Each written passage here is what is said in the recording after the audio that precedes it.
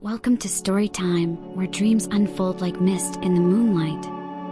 Tonight, let me take you on a journey through the whispering fog, a tale wrapped in twilight's mystery, a story that will guide you gently into slumber.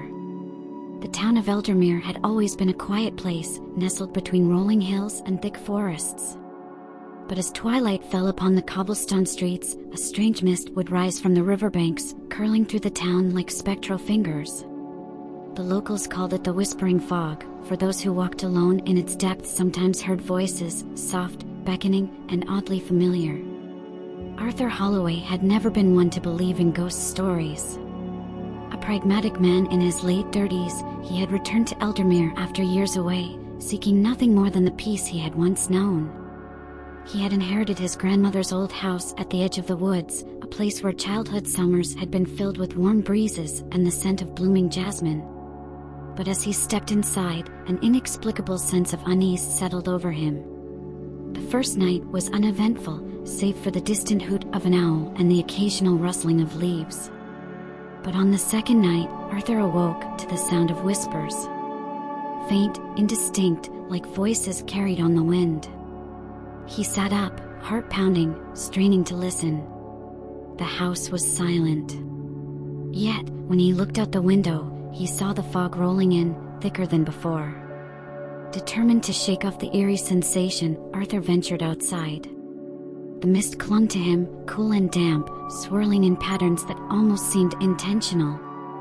Then, a voice, soft and clear, called his name. Arthur. He turned sharply. The street was empty. The lamps flickered, their light barely cutting through the fog. Another whisper, this time from behind him. He spun again, but there was no one there.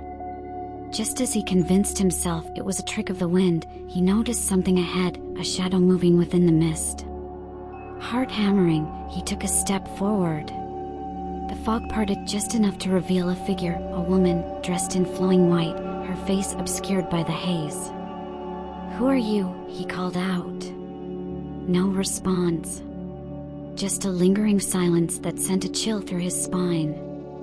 Then, suddenly, the figure was gone, swallowed by the mist. Arthur hurried back inside, locking the door behind him.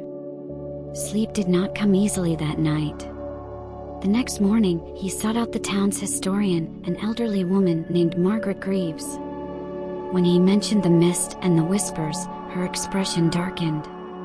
"The whispering fog has haunted Eldermere for centuries," she said. "Some say it carries the voices of those who were lost in it. Others believe it's a gateway, a place where time bends and forgotten souls wander." Arthur frowned. "But that's just a legend, right?" Margaret hesitated. "Legends are often rooted in truth." That evening, as twilight deepened, Arthur found himself drawn to the fog once more. It called to him, murmuring secrets he couldn't quite grasp. This time, he followed its voice into the woods. The deeper he went, the more surreal the world became. The trees seemed taller, their twisted branches reaching like skeletal hands. Shadows moved where none should exist. And then, there she was again. The woman in white. Arthur's breath caught. This time, she was closer, her features more distinct. Pale skin, dark eyes, lips that parted as if to speak, but no sound emerged. "Who are you?" he whispered. She lifted a trembling hand, pointing past him. He turned, and suddenly, the world shifted. Gone were the towering trees. Instead, he stood in a different Eldermere. The buildings looked newer, the streets bustling with people dressed in old-fashioned attire. Lanterns glowed warmly, casting golden light on cobblestone paths. He recognized the town, yet it was not the same. It was Eldermere from the past. Arthur spun in confusion, but the woman was gone. Then, another whisper, closer this time. He turned to find himself face to face with himself. Or rather, a man who looked exactly like him, only dressed in a style from decades past. Arthur staggered back, but the doppelganger merely smiled. "You've come home at last," the man said. What is this?" Arthur stammered. The other man tilted his head. "The past and the present are closer than you think." Then, without warning, the mist thickened, swallowing everything whole. Arthur felt himself being pulled, weightless and adrift.